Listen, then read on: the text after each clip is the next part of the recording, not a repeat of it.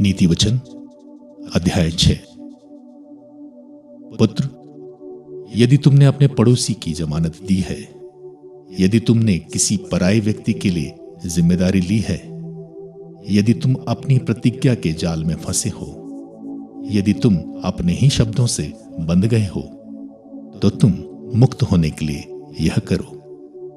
पुत्र, तुम अपने पड़ोसी के हाथ पड़ गए हो, इसलिए तुम जाकर उससे अनुरोध करते रहो। तुम अपनी आंखों में नींद नहीं आने दो, अपनी पलकों की झपटी न लेने दो। तुम हिरणे की तरह शिकारी के जाल से, पक्षी की तरह बहेलियों के फंदे से अपने को छुड़ाओ। आलसी, तुम चींटी के पास जाओ, उसके आचरण पर विचार करो और प्रज्ञ बनो। उसका ना तो कोई स्वामी है, ना कोई निरीक्षक और ना कोई शासक।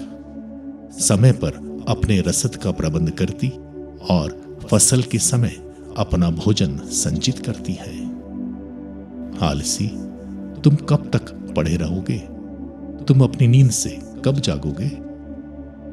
थोड़ी देर तक सोना, थोड़ी देर झपकी लेना और हाथ पर हाथ रखकर थोड़ी देर आराम करना।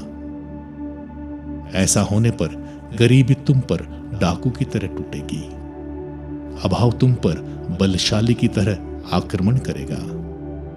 वह व्यक्ति निकम्मा और दुष्ट है जो असत्य बोलता रहता है, जो आंख मारता, पैर घसीट कर चलता और उंगलियों से इशारा करता है। अपने हृदय में कपटपूर्ण योजनाएं बनाता और लड़ाई लगाता है। इससे विपत्ति उस पर अचानक टूट पड़ेगी। वह पलक मारते ही नष्ट हो जाएगा और उसका उपचार संभव नहीं होगा। प्रभु 6 बातों से बैर रखता और 7 बातों से घृणा करता है।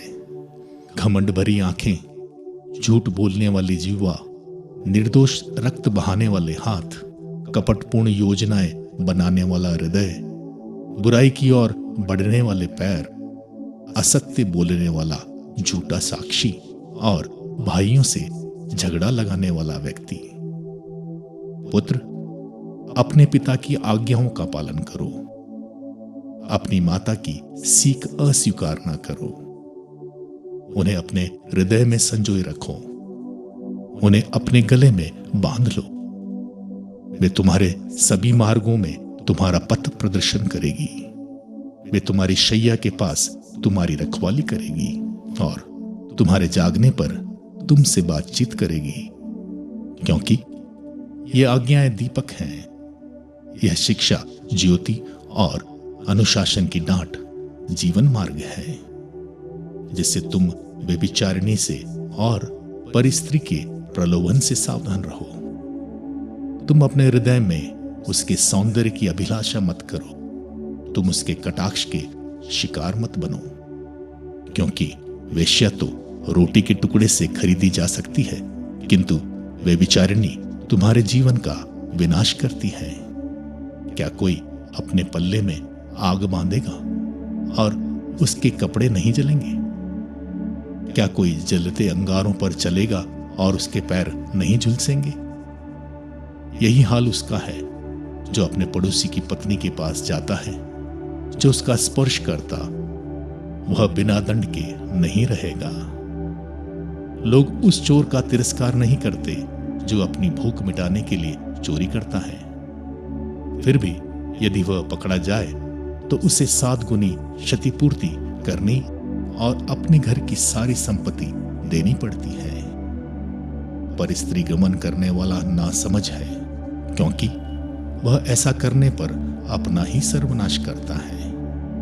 वह पीटा जाएगा, वह बदनाम होगा और उसका कलंक कभी नहीं मिटेगा, क्योंकि ईर्ष्या पति का क्रोध भड़काती है और वह प्रतिशोध लेते समय दया नहीं करेगा।